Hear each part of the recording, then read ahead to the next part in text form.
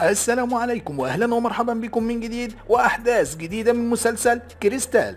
بس في البدايه ما ننساش نشترك في القناه ونفعل جرس التنبيهات عشان يوصلك ملخص الحلقات اول باول. ودلوقتي يلا بينا نشوف احداث حلقه النهارده. في الحلقه دي بنشوف في لما بتشوف كريستينا وباسم في العربيه، وطبعا كانت متغاظه جدا ودخلت على طول على علي علشان تتكلم في الموضوع اللي بينهم، وطبعا موضوع القضيه اللي هترفعها ضدها. لكن اوس كان مش مبسوط جدا وعارف ان كريستينا كان ممكن تعمل مشكله وكمان ممكن تضايقها كتير. والمحامي وكريستينا بيروحوا لعاليه وبيقدموا لها الاوراق اللي طالعه من المستشفى بتاعتها، وطبعا تقرير مزيف ده طبعا لما كانت كريستينا حامل، واكيد فاكرين انها كانت طبعا اخده اعشاب. وطبعا التقرير كان غلط، واتكلمت وقالت على فكره انا حسبت كل الناس اللي تسببوا في التقرير الغلط. وفي الوقت ده بتقدم التقرير الصح وبتقول لهم اتفضلوا التقرير الصح اهو، وبتاكد عليهم وبتقول لهم احنا عيدنا التحاليل وعملنا التقرير من جديد. وهي بتاكد عليهم وبتقول لهم احنا بعتنا التقرير ده في البوسطه، لكن كريستينا بتقول لا ما حصلش الكلام ده كله كده، وبتاكد وبتقول على العموم التقرير موجود. وطبعا المحامي لما شاف التقرير عرف وقال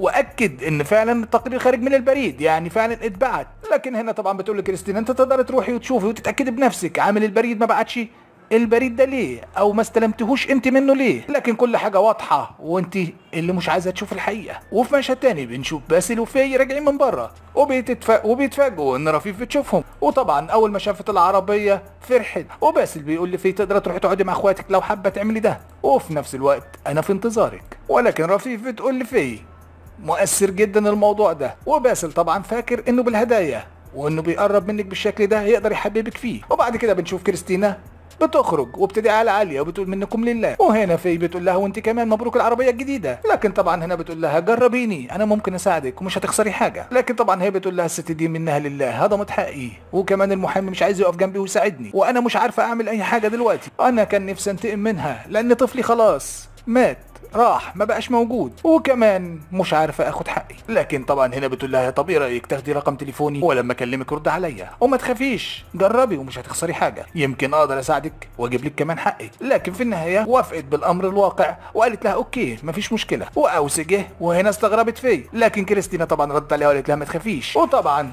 اوس جه خد كريستينا ومشي، وفي قاعده وبتفكر هو هيحب مين ولا هيعمل ايه. وبعد كده بنشوف لميا وهي بتتكلم في موضوع جواد اللي سبيته، وطبعا بيدور على بنت تاني، وتامر مش عارفين هو راح فين لغايه دلوقتي. وبعد كده بنشوف مالك بيجي كالعاده ويتريق عليهم وعلى طبعا تربيتها لابنها، وهنا في اللحظه دي بتسيب المكان وبتمشي. وبعد كده بنشوف هو بيقول للميا روحي شوفي ابنك، لانه جري ورا البنت بتاعت الملحق بنت الناطور وخلى فضحتنا على كل لسان. ولغايه هنا وسريعا كانت دي اهم احداث الحلقه، استنونا الحلقه اللي جايه، ودلوقتي اقدر اقول لكم سلام.